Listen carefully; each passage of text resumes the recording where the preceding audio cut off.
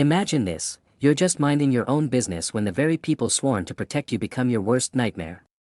What would you do if the police, without warning, burned your daughter's hair? And what if they had no idea her father was the chief of police? This isn't just a story, it's a warning. A tale of power, revenge, and instant regret. But before we dive in, I have a question for you. If someone hurt your child like this, how would you react?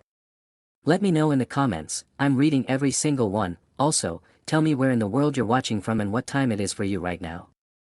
It's always amazing to see how far these stories reach, and don't forget, like, subscribe, and share if you want more stories just like this. Now, buckle up. Because this one, it's about to get intense.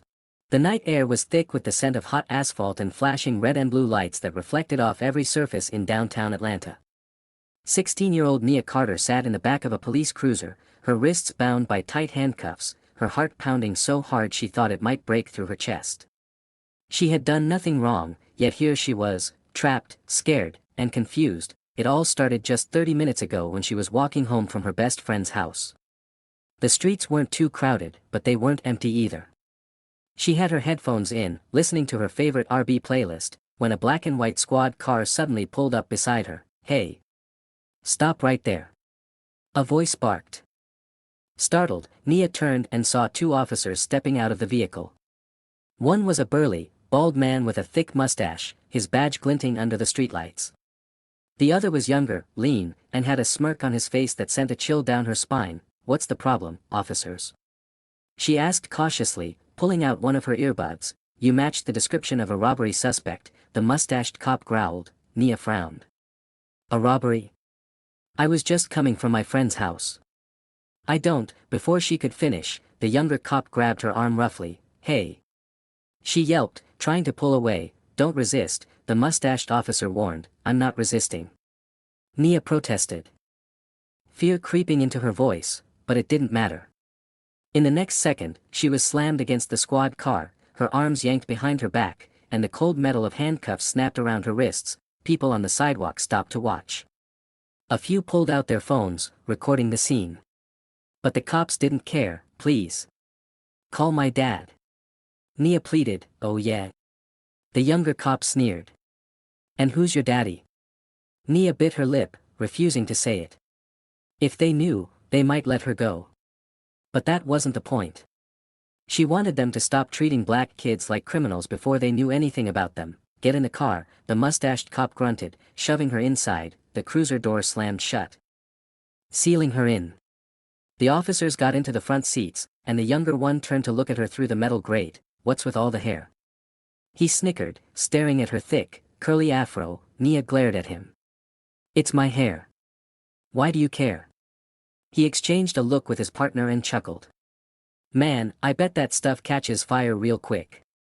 Nia's stomach twisted. "What?" the mustached cop smirked. "You'll see." The next few minutes felt like a blur. The car didn't move. Instead, they drove into a dimly lit alley. The younger cop got out and yanked the door open. Before Nia could react, he pulled something from his belt, a lighter. Panic surged through her. "No, don't!" she screamed. But it was too late. With a sinister grin, he flicked the lighter and held it to her hair. Flames erupted instantly, crawling up her thick curls, the smell of burning hair filling the car. Pain ripped through her scalp, and she thrashed violently, screaming as the heat seared her skin. "Help! Help me!" the mustached cop laughed. "Damn, look at her go." She tried to shake her head, tried to put it out, but the cuffs held her in place. Her scalp burned, her vision blurred with tears, and she thought she might pass out, until a sharp blast shattered the night. Gunfire. Loud. "Close," the mustached cop's head snapped up. "What the?" Bullets rained down, ripping into the alley, sending sparks flying off the squad car. The younger cop ducked, dropping the lighter, his face twisted in terror. Nia barely registered it. Her hair was still smoldering, the pain unbearable, but then the car door flew open, and a hand grabbed her, yanking her out just before another bullet slammed into the car's rear window. She hit the ground hard, coughing, struggling to breathe, trying to process what just happened. Then she saw him, a masked figure in all black, moving fast. Too fast for a normal person. He held a rifle, and with each squeeze of the trigger, another bullet found its target. The mustached cop screamed as he scrambled for cover, but the masked figure was relentless. Glass shattered. Tires popped. Bullets ripped through metal. The younger cop tried to run, but he wasn't fast enough. Bang! A bullet caught him in the leg, sending him sprawling onto the pavement. He screamed, clutching his wound, his smirk replaced with pure terror. The mustached cop drew his gun, but the masked figure was already on him. A kick to the wrist sent the gun flying. A punch to the jaw sent him spinning. Then, the masked man turned to Nia. She couldn't see his face, but his voice, deep, commanding, furious, sent a chill down her spine. "You okay?" Nia blinked, still in shock. My hair." The masked man reached into his pocket and pulled out a small canister. He pressed it into her hands. "Put it out." She barely managed to shake the last embers loose, her scalp still throbbing. Then, the masked man turned back to the cops. Both of them were now on the ground. The younger one was bleeding out, his leg drenched in red. The mustached one had his hands up, his face pale as a ghost. Who the hell are you?"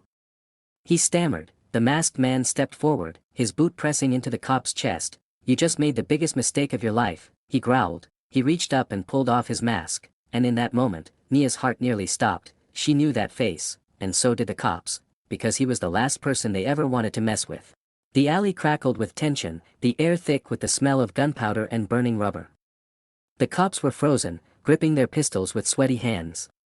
They were trained for gang shootouts and drug busts, but this, going up against the chief of police and his elite team, that wasn't in their training manuals. Detective Malik Hudson took a step forward, his suppressed MP5 submachine gun held steady.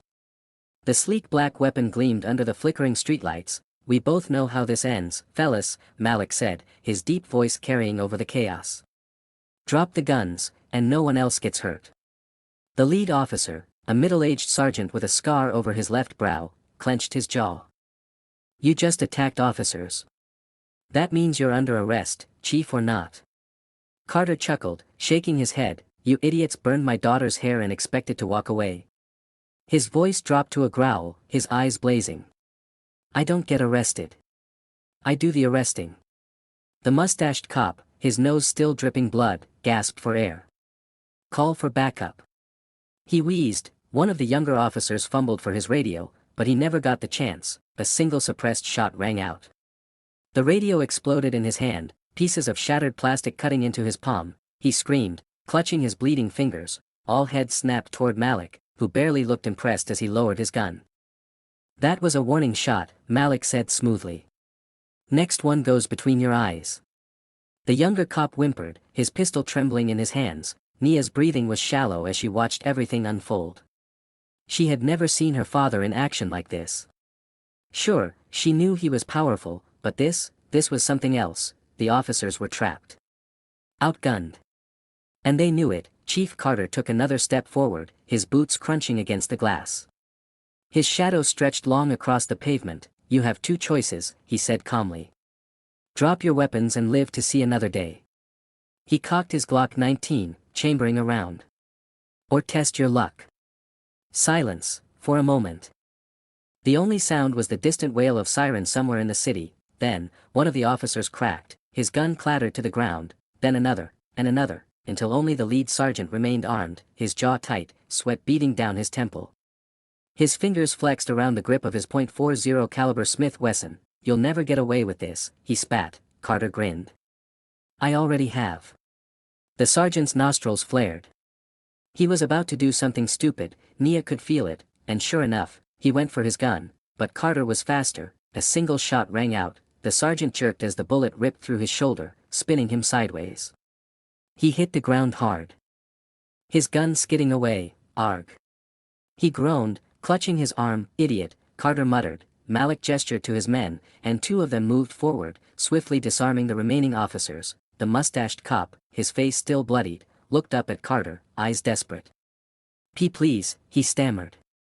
We didn't know she was your daughter." Carter crouched beside him, tilting his head. "That's your excuse." The cop gulped. Carter leaned in close, his voice dropping to a whisper. "I could kill you right now, and no one would care." The mustached cop's breath hitched, but then, Carter stood up, stepping back. He wiped the blood off his knuckles with a handkerchief and slid his pistol back into its holster. "Malik," he said. "Get rid of them." Nia's stomach clenched. "Get rid of them," Malik nodded. He turned to his men. "Load them up." The officer's eyes widened in panic. "Wait, what?" Rough hands grabbed them, yanking them to their feet. Zip ties snapped around their wrists. Where are you taking us?" One of them begged. Malik smirked. "Somewhere quiet." The mustached cop thrashed. "No.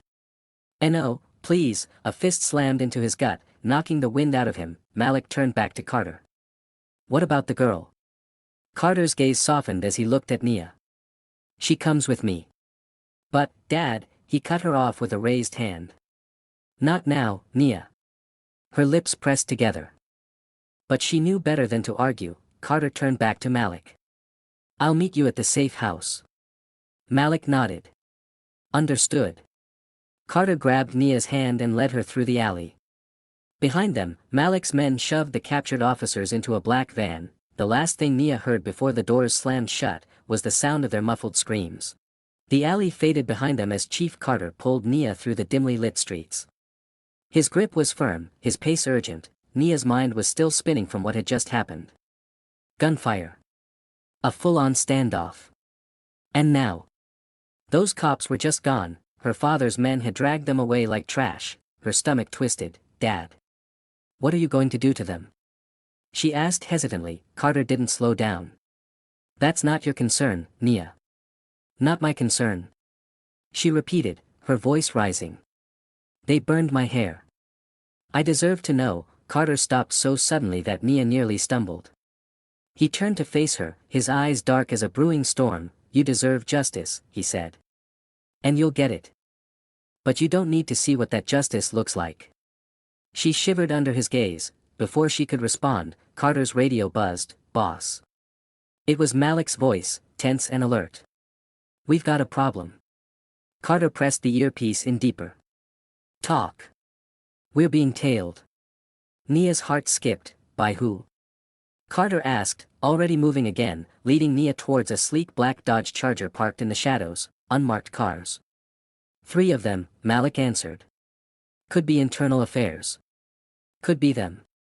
Carter cursed under his breath. "Lose them," he ordered. "Already working on it," Malik said. Then the line went dead. Nia's pulse pounded. Her father shoved her into the passenger seat. Climbed in, and revved the engine. The car lurched forward, tires screeching as they tore down the street. "Dad, what's happening?" she asked, gripping the dashboard. Carter's jaw was tight. "Someone's watching us." The city lights blurred past as he weaved through traffic, his hands steady on the wheel. He took sharp turns, cutting through side streets and alleys, trying to shake off any possible tails. Then, headlights appeared behind them, a black SUV, followed by 2 more. They were being hunted, Carter cursed. "Hold on." The Charger accelerated, the engine growling as he pushed it past 80. The SUVs kept up. Nia's breath hitched. "Who are they?" she asked. Carter's eyes flicked to the mirror. "If it's internal affairs, they're trying to put me in cuffs." His grip tightened. "If it's someone else, then they're trying to put me in a grave." A cold chill crawled up Nia's spine. The SUVs gained ground, their engines roaring. Then, gunfire erupted. Bullets ripped through the Charger's rear windshield, shattering glass across the seats. Nia screamed as she ducked. Carter didn't flinch. He jerked the wheel left, sending the car barreling into an alleyway, barely missing a dumpster. The SUVs followed. Their pursuers weren't just chasing, they were hunting. Carter gritted his teeth. Time to even the odds. He reached under his seat, pulled out a Glock 17, and tossed it to Nia. Her eyes widened. "Dad, take it," he snapped. "If they catch us, they won't be arresting us, baby girl. You understand?" Her fingers wrapped around the grip, her pulse hammering. The SUVs closed in. Then, a side door slid open. A masked gunman leaned out, an M4 rifle in his hands. Nia's heart stopped. Carter swerved hard, dodging the shots by inches. The masked man adjusted his aim. Nia raised the Glock. Her hands shook. But then, she pulled the trigger. 3 shots cracked through the air. The masked gunman jerked back, blood spraying from his shoulder. The rifle clattered from his hands. Nia's Breath came in ragged gasps. Carter grinned, "That's my girl." Then, with a sudden jerk, he cut the wheel and sent the Charger skidding into a construction zone. The SUVs followed, but they weren't ready for what came next. Carter spotted a stack of heavy steel pipes teetering on the edge of a loading ramp. He floored the gas. Just before impact, he slammed the brakes and spun the wheel. The Charger slid sideways, barely missing the pipes, but the first SUV wasn't so lucky. Crash. The pipes tumbled down, smashing into the SUV's hood, crushing it like a tin can. Flames erupted from the engine. The second SUV swerved too hard, lost control, and slammed into a cement barrier. The third SUV skidded to a stop. The doors flew open, 4 armed men leaping out. Carter and Nia had seconds. Out. Now. Carter barked. They kicked their doors open, taking cover behind the wreckage. The gunmen fanned out, scanning for them. "Where the hell are they?" one muttered. Carter slid a fresh mag into his pistol. "You ready for this, Nia?" She gulped, hands sweaty on the Glock. "Do I have a choice?" He smirked. "Nope." Then, gunfire exploded into the night, and the real fight began.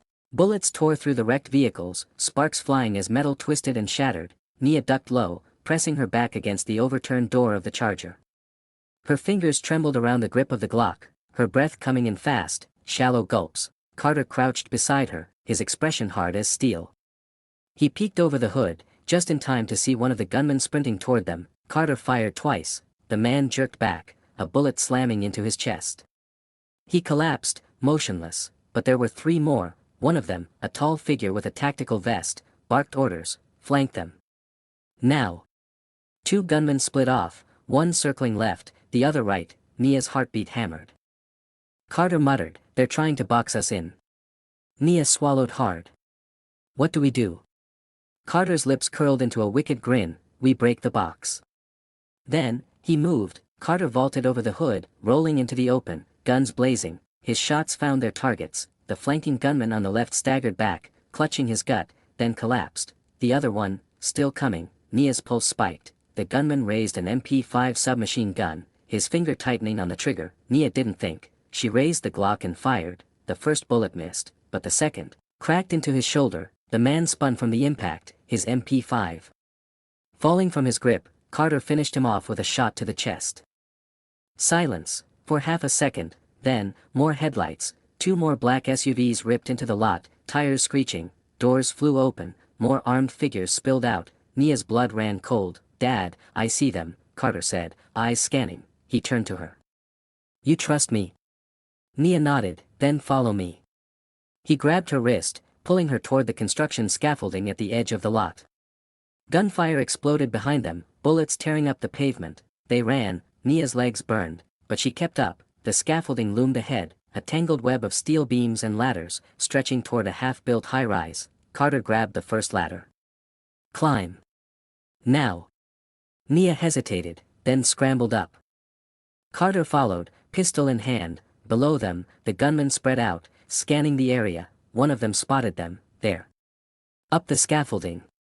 Gunfire blasted upward. Bullets ripped through the thin metal beams, missing Nia's arm by inches. Carter fired back, one shot catching a gunman in the leg. The man screamed as he fell against a stack of cement bags, but the others kept coming. Nia reached the top of the scaffolding, panting.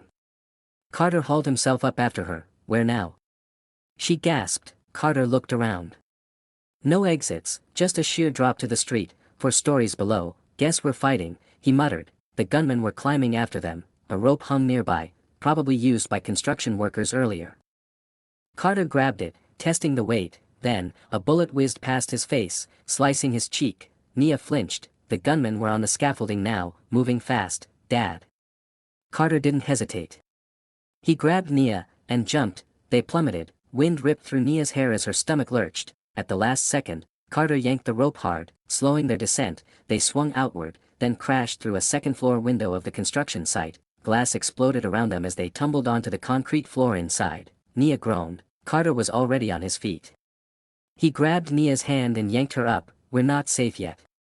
Footsteps thundered outside.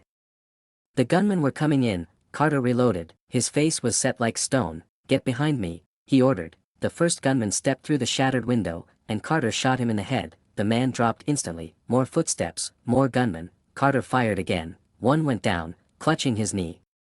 Another ducked behind a metal column, returning fire. Nia's ears rang from the shots. Then, a deep voice boomed from outside, "Enough."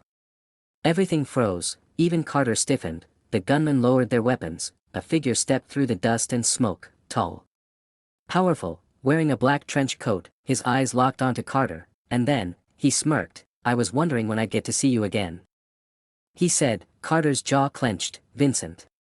Nia's breath hitched. Who the hell was Vincent? Vincent's smirk didn't waver. His presence seemed to suffocate the air in the unfinished building. The gunmen behind him stood at attention, their weapons lowered but still ready, like attack dogs waiting for the signal. Carter's grip on his pistol tightened. His eyes darkened, his stance shifting slightly, like a coiled spring, ready to explode. Nia stood behind him, her heartbeat pounding in her ears. "Vincent," Carter repeated, his voice cold as steel. Vincent chuckled, slow and deliberate. "It's been a long time, Carter." He took a step forward, his boots crunching on shattered glass. "You always did have a way of making things complicated." Carter didn't blink. "Funny. I was about to say the same about you." Nia could feel the tension thickening, pressing against her chest. She whispered, "Dad." "Who is he?" Vincent grinned. "Oh, she doesn't know." He looked at Nia. "Your father and I, let's just say, we have unfinished business." Carter's jaw ticked. "If you came for me, then leave my daughter out of this." Vincent tilted his head. "Oh, Carter. You know that's not how this works." A shot ripped through the air. Carter had fired first. Vincent barely dodged in time, rolling left behind a steel column. The gunman reacted instantly, weapons raised, gunfire erupted. Carter grabbed Nia and pushed her behind cover as bullets shredded the concrete walls around them. He fired back, 3 quick shots, dropping the first attacker. Nia's hands shook, but she forced herself to stay low. Vincent's voice echoed. "Carter. You always were predictable." Carter didn't answer. He moved, fast. He rolled across the floor, grabbed a fallen gunman's assault rifle, and sprayed fire toward the advancing enemies. 2 of Vincent's men went down hard. Nia felt a rush of adrenaline. Her father wasn't just a cop, he was a warrior. Vincent reappeared, his own pistol raised. Carter barely dodged in time, the bullet grazing his shoulder. Nia gasped. "Dad!" Carter grimaced but didn't slow down. He grabbed a steel beam and swung himself up onto a higher platform of the construction site. Vincent fired again, but Carter was already moving. Nia's stomach twisted. She couldn't just sit here. She grabbed the fallen MP5 submachine gun near her feet. Vincent's men were closing in on Carter, too focused on him to notice Nia. Her hands tightened on the gun. She took a deep breath and opened fire. The burst of bullets caught one of Vincent's men in the side. He cried out, stumbling. The others whirled around, the girls armed. One of them shouted. Carter's voice boomed from above. "That's my girl." Vincent cursed. "Take her down." 3 gunmen charged at Nia. Her hands shook, but she forced herself to aim steady. She took down the first one, the second lunged at her. She swung the MP5 like a bat, cracking it against his jaw. He stumbled back, dazed. The third grabbed her wrist, twisting it. Nia gritted her teeth, then slammed her knee into his stomach. The man gasped, stunned. Before he could recover, Carter dropped from above, landing behind the attacker. Carter's elbow slammed into the man's neck, dropping him instantly. Nia's chest heaved. Carter turned to her. "You okay?" She nodded, panting. Then, a shot rang out. Carter jerked backward, his face twisting in pain. Vincent had shot him. Nia froze in horror. Carter stumbled, blood oozing from his side. Vincent stepped forward, gun still smoking. "This ends tonight." Carter gritted his teeth. Standing firm despite the pain, Nia felt rage build inside her. Vincent raised his gun, aiming for the kill. Then, a massive explosion rocked the building. The entire site shook, throwing everyone off balance. Concrete rained down, dust filling the air. From outside, a new fleet of black SUVs screeched to a stop. Doors flew open, and then, a booming voice cut through the chaos. "Drop your weapons. Now." Vincent's face twisted in shock. Nia turned, and froze. A new group of armed men stormed in, fully armored SWAT teams. At the front of them, a tall, furious-looking man in a police chief's uniform. Her father, her real father. Carter wasn't just a cop. He was the chief of police. Vincent's expression changed instantly. Wait. He muttered. The realization hit him like a freight train. He had just attacked the chief's daughter, the police chief, and now, there was no escape. The entire building was now surrounded, SWAT officers, tactical teams, and armored vehicles blocking every possible exit. Red and blue lights flashed across the construction site, painting the dust-filled air in streaks of color, and at the center of it all, Police Chief Jonathan King, Nia's real father. He stepped forward, his black boots crunching against debris, his powerful frame radiating fury. The badge on his chest gleamed under the emergency lights, but his expression was pure rage. Vincent. His voice was like thunder rolling through the night. Vincent's fingers tightened on his gun, his mind calculating a way out. But there was none. Carter, still bleeding but standing strong, let out a dark chuckle. You really screwed up this time. Jonathan's piercing brown eyes locked onto Vincent. You set my daughter's hair on fire, he said, his tone dangerously even. Then you tried to kill her. His jaw ticked. And now, you just shot one of my best officers. Vincent lifted his gun slightly. I can still walk out of here. Jonathan's gaze didn't waver. No, you can't. Vincent's remaining gunmen shifted uneasily, realizing they were outgunned. The SWAT officers lifted their rifles. Drop your weapons. Now. A tense silence filled the air. Then, Vincent made his choice. He fired directly at Jonathan, but Jonathan was faster. His pistol roared, the bullet hitting Vincent's hand. Shattering bone, Vincent screamed, his gun clattering to the ground. Before he could react, Jonathan rushed forward, fist flying. His punch smashed into Vincent's jaw, sending him crashing to the floor. The remaining gunmen panicked. A brief but brutal gunfight erupted. The SWAT team moved in flawlessly, their bullets precise and merciless. Within seconds, Vincent's men were either dead or restrained. Vincent groaned, rolling onto his back, clutching his bloodied hand. His smugness was gone. Jonathan loomed over him. You thought you could get away with this? Vincent spat blood, still trying to muster some defiance. You're just another cop. Jonathan leaned down. His voice like gravel. No. I'm the damn police chief. And you just made this personal. He grabbed Vincent by the collar and dragged him up. Before slamming him against a steel beam, Vincent winced in pain, but Jonathan wasn't done. You burned my daughter's hair, he growled. You tried to break her. You tried to kill her. He pulled Vincent close. Now, I'm going to break you.